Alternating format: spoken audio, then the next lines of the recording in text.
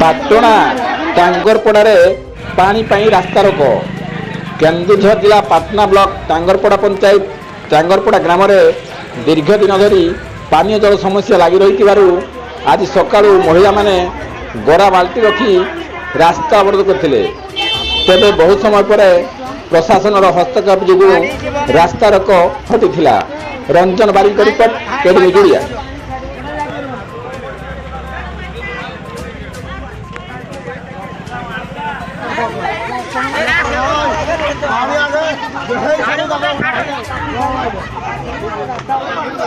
ବୁଝିଲ ନା ଆଜ୍ଞା, ତମ ମୂଲ୍ୟ ନାହିଁ ସରପଞ୍ଚ ହେଇଛି